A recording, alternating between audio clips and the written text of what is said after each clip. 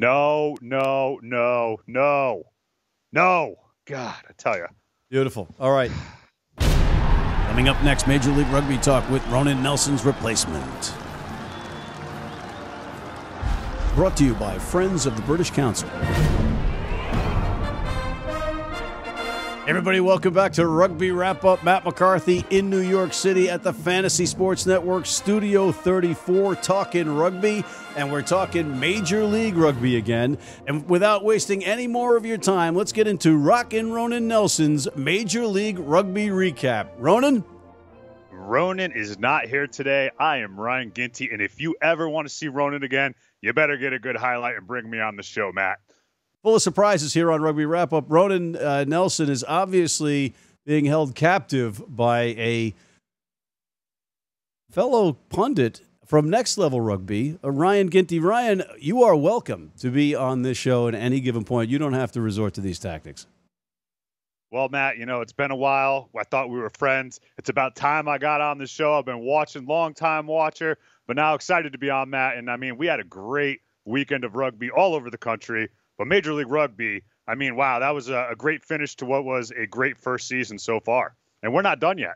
So let me get this straight. It's going to be the Rockin' Ronan Nelson Major League Rugby recap by Ryan Ginty. Yeah, I'd say that fast 5 times, and I think we'll just go with that. But we could just start off with just, hey, we're doing the Major League Rugby recap with Ryan Ginty here on Rugby Wrap-Up. How about that one? And just for the folks at home, you're on our AFIA Sports Training Group monitor. And that's how you're bringing us this Major League Rugby report via Ronan Nelson and you at Next Level Rugby. Yeah, we're just trying to utilize technology. And I read something online, watched a YouTube video, and now here I am. Fantastic. All right, let's stop the shenanigans. Get to the recap, Ginty. All right, so week 10, it was a big week. It was the last spot for playoffs, up for grabs. I was down in Austin, Texas, and actually at the Austin Elite Round Rock facility. And, those boys, they were watching this game that we're about to talk about pretty heavily, and that was the Houston at Utah game. That was at Zion Bank Stadium, 4,100 fans in attendance. Utah holding their fate in their hands. Playoff destiny, they're a team that really wanted to come out strong, and towards the end of the season really has put together some great matches and some great rugby. They were 2 points. They needed 2 points in a losing match against Houston to make it into the playoffs and edge out Austin Elite, or they could just win outright, which is what the boys did. But it was definitely a nail-biter. Austin Elite fans, all those guys they were on pins and needles throughout this whole match because it was back and forth. And, Utah, they came out first. It was 0-7. The guy who is absolutely the top try scorer in the MLR, Tanata Laute, comes out, gets the opening score. He sheds a tackler and puts Utah on the board. But not to be outdone, Cecil Garber, he was getting checked out. His left shoulder was a little bit banged up, was getting checked out. Noticed that there was a huge break from Zach Pengelly, pops up off the deck, follows him all the way down, scores the try, and that would actually be the end of his match as he was subbed out at about the 15-minute mark. But he was able to put 7 points on the board for the Houston SaberCats. It just tells you, Ronan, you're not Ronan, it just tells you, Ryan, how tough these guys are. And the rugby players are a different breed. Yeah, they're definitely a different breed. And, you could see it that he just popped up off the deck, knew what needed to be done. And, what a way to go out, right? Like, you go out off an injury, but you say, hey, I'm going to get back up. I'm going to finish this. Goes in. And, there was some debate about whether or not he hurt himself as he was landing. But if you watch the replay, he went down, he dotted it down with his right arm. It was actually his left shoulder that was injured. So that just shows you that he was injured and hurting. And the play that actually brought him off, he was actually scored a try, under that injury. Amazing. All right, so that was a dandy. And, credit to Houston because we've said it all season long. Their record is not indicative of how they've been in most matches and continue to fight. So credit to those guys, specifically in that Texas heat. And then we had that other match. Yeah, that other match, man, that was a good one. Glendale at San Diego. I tell you, a lot of people didn't really see this scoreline coming. Glendale undefeated on the season. San Diego undefeated at home. San Diego would come out on top 23-5. It was a slow first half to get started, 6-0 through two kicks off the tee for Tad Leader, making it 6-0 at halftime. And then right after halftime, Ryan Mattias, the Eagle, old blue guy, comes out, slices and dices it, and scores a try. Drew Gaffney would follow up with that with a try off of a driving maul, and then Tad Leader would come in, put 3 more points on the board, and then not to be outdone, though, towards the end of the game, Glendale would get 5 points on the board through Gregor Kardasashvili, and he would keep, this Glendale team from getting the big fat goose egg, which realistically nobody saw coming because these guys have had 17 tries on the season so far through 8 matches. And now they had to wait to the last waning moments of this match against San Diego to score their first try in the match. So, great weekend overall, and that match was really exciting, setting up a great semifinals moving into this weekend at Glendale. San Diego has been a big surprise in terms of them showing that they have depth like a Glendale. What do you think if San Diego and Glendale go at it full strength? What do you think out of that one? I mean, that's going to be an interesting one, right? Because you had players away on duty with the Eagles this past weekend, which we won. We beat Canada. Go Eagles. Both teams, Cam Dolan, 3 tries on the day. So he's going to be a big addition for this team going into playoffs. We could see this Glendale-San Diego team very easily playing each other in the final. And not to prelude to what our picks might be on who's going to win in the playoffs this weekend, but I think there's a high possibility that we may see that matchup moving into the championship match of this opening season of Major League Rugby. All right, so it's a tough one. It's a tough one, but we're going to take a quick break, Ronan, and come right back with more Major League Rugby chatter with Mr. Ryan Ginty of Next Level Rugby right after this. Been blind since I was 4. And I've never seen a beer commercial or a beer label. None of that stuff influences me. I drink beer because of the taste. And my beer's Pabst Blue Ribbon. It has the taste and the flavor. What do you think's on the label? I think there's a naked woman riding on a unicorn, jumping over fire.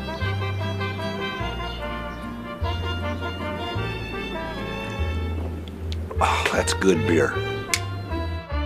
If you're in New York City and want to watch some great rugby, have some great food, and some great times, go to the world's best rugby pub, the Pig and Whistle on West 36th Street.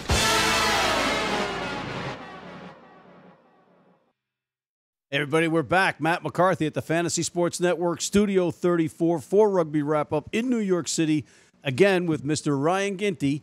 Ryan, we left off with the recap of the MLR action, and now we're getting to the predictions and the upcoming matches. And we've got some dandies being played in Rugby Town, USA, Infinity Park. Oh, yeah, really excited for the upcoming weekend. You've got number 1 versus 4, Glendale taking on Utah, team that just made their way into the playoffs. And then you got 2 versus 3, Seattle versus San Diego. And I tell you, both these matches are going to be absolutely great. But the Seattle-San Diego match, I'm really looking forward to. It's a rematch of an early season matchup to where San Diego went up to Starfire. And I tell you, that pack of San Diego was really tested. And it was really the coming out of the dominance that the Seattle pack has. Both teams will be back to full strength. Phil Mack will be back running the ship for Seattle. San Diego, they're going to have Cam Dolan back from the 3 matches he just played with the Eagles. So look for that one. That's going to be a very tight one. We'll get to the predictions later, but the other matchup, Glendale versus Utah. Now, I think this is also going to be a tight matchup. If you had asked me earlier in the season, I would have said Glendale takes this one hands down. But the way that Utah is playing, getting Paul Asike back and then getting Kurt Marath back at 10 as well is going to be huge for this Utah side. I don't know if it's going to be enough to upset this Glendale side. Sean Davies coming back into it. They're coming off of a 23-5, their first loss of the season. And that Coach Dave Williams is going to have these boys firing ready to take on this Utah team and get back on the winning track. Yeah, you mentioned Dave Williams, and he's the X factor in this whole setup for me because, you can all say out there that the guy's got the resources, he's got the best facilities, but he has taken a big hit in terms of Eagles, and then you had the red cards, and you had some injuries, and his team hasn't missed a beat. The one beat they missed was against a decent San Diego representation on the pitch, and it was not a match that really meant anything to Glendale at the time. Ryan, the other guy that catches my eye is Phil Mack of Seattle. He wears the captain's hat, and he wears the coach's hat as well, and he was missing in action for Seattle, playing for Canada.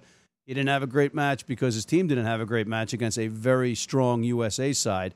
But Dave Williams and Phil Mack, to me, have had big impacts on this season. And, they're getting people back to Seattle. Everybody's talking about San Diego getting players back, Glendale getting players back, but Seattle's getting players back. And Ali Khalifi is also going to be healthy again. He's in the front row. There's a lot of intrigue here that it's hard to sift through, and it's not as easy as everybody thinks it is. Yeah, I think that Seattle is, Phil Mack, he's definitely going to be looking to come back after that loss this past weekend.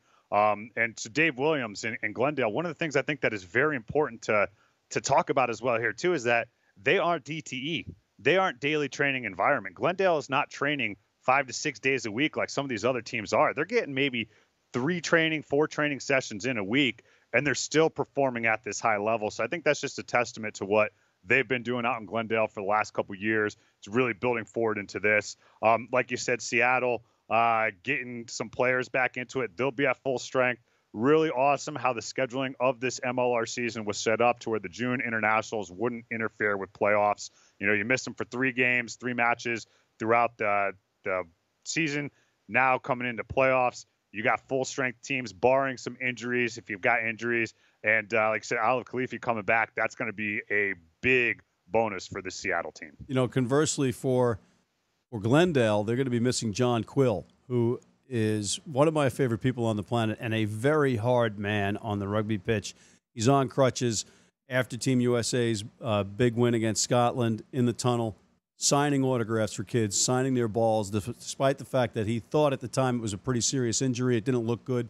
It's not as serious as we thought it was in Houston, but he is not available, as far as I know, for this big match. And that's a big loss for any team, and it's a big loss for Glendale. So that's a factor. So we've laid it all out on the table. Let's get to the predictions. And my 3 colleagues that have been picking with us all year are not here, so I have to read their picks for them. And we'll start with Mr. Ronan Nelson. So Ronan, he's got that San Diego, California thing going on. So he says that the San Diego team will avenge their defeat from earlier in the season and knock off the Seawolves. Martin Pengelly also picks San Diego. He says last week was not a blip against Glendale, and they will win. And Steve Lewis is going with Seattle. So what about you?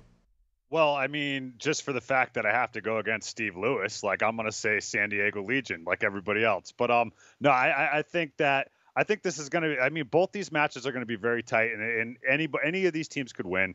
I'm just going with San Diego because I think they're hitting their stride. Seattle's hit their stride early on; they're tearing it up. But I think San Diego and Coach Rob Holdley has finally found the combination, the chemistry that they need to connect, and they're playing an exciting brand of rugby. Not to take anything away from the Seattle team because they've been playing great rugby as well. But I just got to go with the Legion on this one. Man, I'm all over on this one. I could argue both sides of this for hours. Steve has been leading the way with his picks. He's a very cagey, shrewd character when it comes to these things. And I just like Seattle. I like their pack better. And I know that there's a lot of Eagles on that San Diego squad, and they've got a lot of momentum going on right now. But I think Seattle is going to edge them out.